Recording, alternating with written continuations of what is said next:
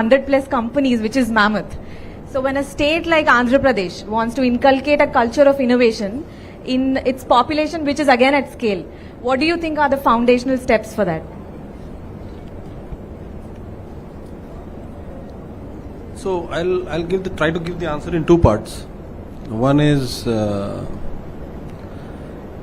very similar to, for example, Tata Group has about 1 million employees, and equivalent to entrepreneurship is intrapreneurship. That's what we have been trying to drive at Tata Group.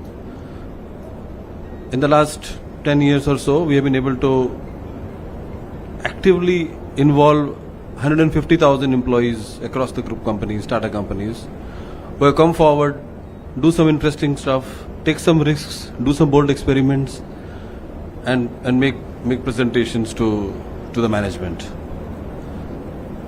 Now, in the whole process, what I feel is a risk. VCs are there for risk capital, but VC's pitch, in my view, is from the startup point of view. But and most of these startups today, which are data oriented, they're hungry for data. And there needs to be a VC equivalent from the corporate side as well. Now, I don't know how to solve this problem. But the problem is corporates, large corporates, also need to take equal amount of risk with the startup. And how do we make it happen is a problem that I think we should discuss and we should try and solve. For example, we in Tata Group have an award called Dare to Try, which is given to the team which has failed after trying a very bold idea, which has failed. And what we give to the team is social capital. We recognize them in front of a crowd. We talk about their failure. We talk about the lessons that they have learned. But we need to figure out what could be a good mix. Could be social capital or a financial capital or some risk capital for such failures when a startup which has a good product or a good idea tries to do something at a large corporate which has also taken risk by allowing that startup to work, share data. Can we try and see if we can solve such problems? Can we, for example, in terms of data, can we create a DigiLocker for data so that it is safe and it is only used for experiments? Can we create a Dare to Try escrow account, for example? So these are some thoughts, but I think we need to discuss more, nurture, and because if you want to move fast, as we heard HCM, one family, one entrepreneurship, it gives goosebumps initially when it sinks in. It gives goosebumps. That's wow, this is going to happen. And when I came in last time, when I heard this, I was quite. It took some time to sink in. But I think if once it sinks in, I think we'll find ways and means to do it. If we all are united, if we are all are aligned, I don't see any reason why this won't happen. So thank you, Zatri, for this question.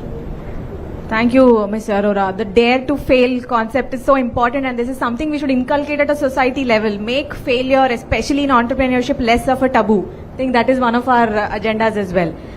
Now we'll have Mr. Rajesh Abaji. Rajesh and we share a common alma mater. So anything interesting that he says today, me, along with a couple of other KGPNs here, are going to claim partial credits for that. Mr. Raj.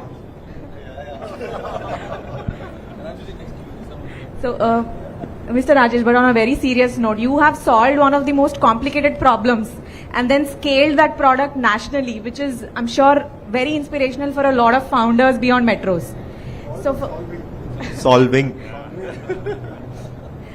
So for a founder who's building out of, say, Vizag or Vijayawada and wants to scale up from tier 1 and build to national and global markets, what do they do to do it without relocating? Yeah. See, I think as Lokesh Garu was saying, right? I mean, it's been like 10 years. It's the 11th year we're building BlackBuck, and I was actually working in Guntur for 4 years before I started BlackBuck, and I think this links to the question which you are asking, right? That probably imagining to start up in Guntur is hard because like, let's say, most of us, probably, like my parents, was from an agricultural family background. Like, so by the way, you use the word Srikakulam in your opening talk. I am from Srikakulam. So you're saying that a boy sitting out of Srikakulam, can they imagine? Okay, I'm a boy sat out of Srikakulam and have been able to imagine. Wow.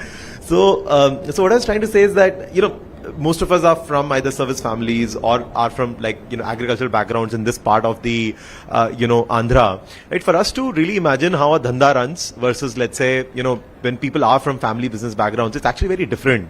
And the next breed of entrepreneurs and the generation of entrepreneurs are actually very much mission-driven entrepreneurs. I have found very, very less percentage of people who say that, they're starting off, just because they want to make money. I think it's always been driven by purpose.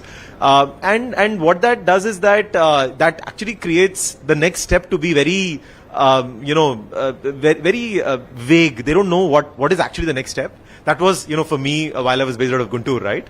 And the only, simple thing for me was to essentially step out and take a relocation to Bangalore so that I could interact with entrepreneurs there. And this I'm talking 2013-14 ecosystem, where probably you can compare that with, maybe today, Vizag, or, maybe 1-2 years, before that. So, and there were hardly companies which probably would be like $100 million valued, right? And if you're $100 million valued, you're like one of the big boys on the Kormangla street, right? So that was the timeline where, I sort of relocated there and did. So to answer your question, Dhatri, indirectly, I think most important to build for the globe from India. I think it's largely more to do with aspiration. It really doesn't really matter whether which city you are in, right? Once you've cracked the code. Assuming you've cracked the code and you want to really build for the whole world, you can sit out of here and build for the whole world, right? What's really important is if we can be in the ecosystem of Vizag and how can we crack that? And this is what I tell some people is that Bangalore has been an ecosystem where I never had to take out a flight to sort of, meet an investor. Investors used to essentially fly down. So I think capital is one of the very most important ecosystem enabler which we need to solve, because capital is also a validation for the entrepreneur. Let's say, assuming I'm an entrepreneur, I'm building a problem statement. Now, I drink my own Kool-Aid every day. I think whatever I'm building is the best. The most important test is when you go and tell a person that, hey, I'm building this. Would you give me, a few lakhs of rupees which I'm going to invest and burn in my company? Are you okay with it? Then the person says no, right? That's when you get to know that, okay, I'm not probably building the right direction. So capital generally is a very strong validator of what you're building. And the second biggest thing, which I think Vizag should probably never ever have any problem with, because, which I think yesterday Honorable CM also was mentioning in his, statement that, globally 1 out of 4 people is IT in Indian, and in IT 1 out of 4 is like Andhrites. And even at Blackbuck, I think 40 to 50% of the people in technology are Andhrites, right? So I think Vizag, you will not have a talent density problem.